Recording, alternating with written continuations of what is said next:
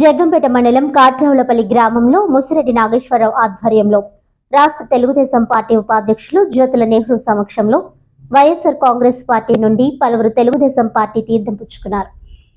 ఈ సందర్భంగా నెహ్రూ మాట్లాడుతూ తెలుగుదేశం పార్టీలోకి ఎవరు వచ్చినా ఆహ్వానిస్తానని, ఈ సైకో జగన్ రెడ్డిని ముఖ్యమంత్రి పదవి నుంచి గద్దెదించే వరకు ఈ చేరికలు ఇలాగే కొనసాగుతాయని అన్నారు. రేపు రాబోయే తెలుగుదేశం జనసేన సంకీర్ణ ప్రభుత్వం ద్వారా ఈ రాష్ట్ర అభివృద్ధి, ప్రజలకు సంక్షేమం, యువతకు ఉపాధి, ఉద్యోగ అవకాశాలు కల్పించడం జరుగుతుందని అన్నారు. వచ్చే ఎన్నికల్లో టీడీపీ జనసేన కూటమిని గెలిపించాలని కోరారు. ఈ కార్యక్రమంలో నియోజకవర్గంలోని టీడీపీ నాయకులు, కార్యకర్తలు తదితరులు పాల్గొన్నారు.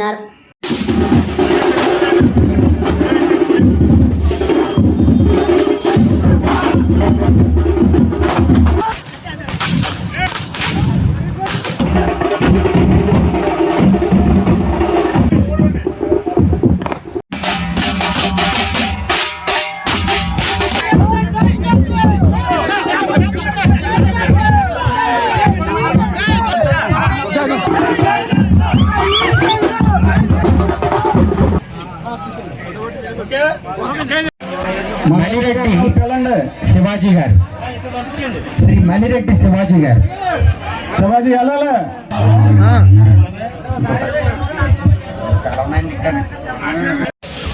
పేరు పేరున హృదయపూర్వకమైనటువంటి ధన్యవాదాలు తెలియజేసుకుంటున్నా. ఎందుకంటే ఏ ఒక్కరు పేరు మరిచినా ఇబ్బంది, అందరికీ కూడా పోయా. అలాగే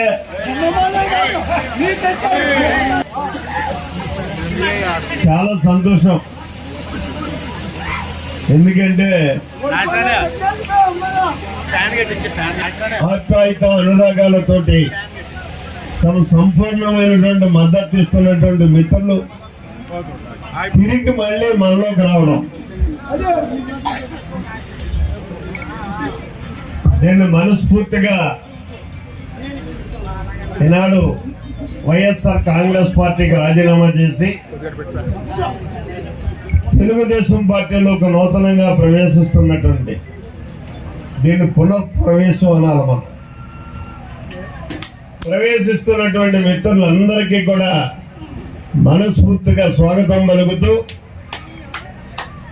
మరి జనసేన మిత్రులు కూడా ఈరోజు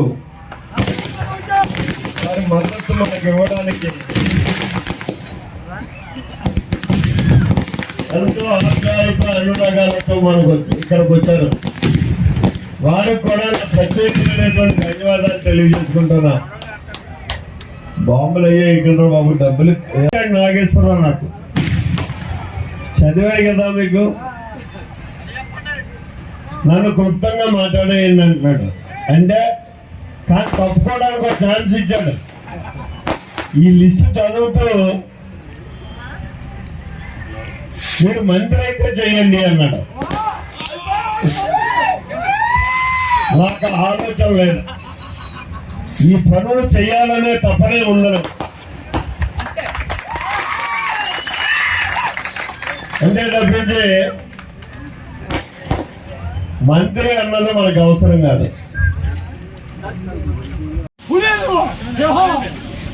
ఎందుకు అవ్వాలి అంటే, నేను మొట్టమొదట 91లో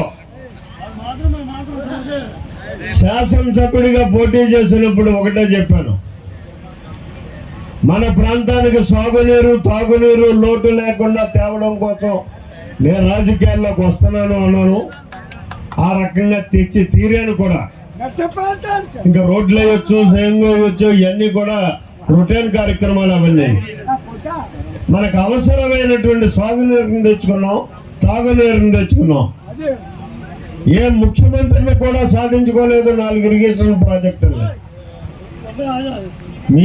మీ శాసనసభ్యుడిగా జ్యోతుల నెహ్రూ 4 ఇరిగేషన్ ప్రాజెక్టులు తెచ్చి ఈ ప్రాంతాన్ని సస్యశ్యామలం చేసినటువంటి పరిస్థితి. అయితే ఈవేళ అలాగే ఈరోజు మళ్ళీ నేను ఎమ్మెల్యేగా పోటీ చేయడానికి గల కారణం 4 అంశాలు. ఇప్పుడు ఇక్కడ కంగారు పడుతున్నారు. ఈ 10 అంశాలు ఆయనకి ఆయన పోరాటం చేయొచ్చు. అలాగే ఒక పోరాట యోధుడు రాజకీయాల్లోనూ ఒక నూతన వరుడితోటి అవినీతిని రూపుమాపి విప్లవాత్మకమైనటువంటి నిర్ణయాలతోటి రాష్ట్రాన్ని అన్ని రకాలుగా బాగు చేయాలి అనే కంకణం కట్టుకుని 9 సంవత్సరాలు బట్టి పోరాడుతున్నటువంటి ఒక పోరాట యోధుడు పవన్ కళ్యాణ్ గారు.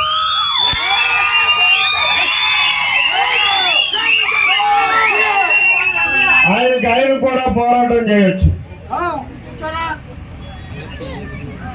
కానీ ఇక్కడ ఇద్దరు కలిసి పోరాటం చేయడానికి గల కారణం ఈ రాష్ట్రం ఒక ప్రమాదకరమైనటువంటి పరిస్థితుల్లో ఉంది ఇవాళ.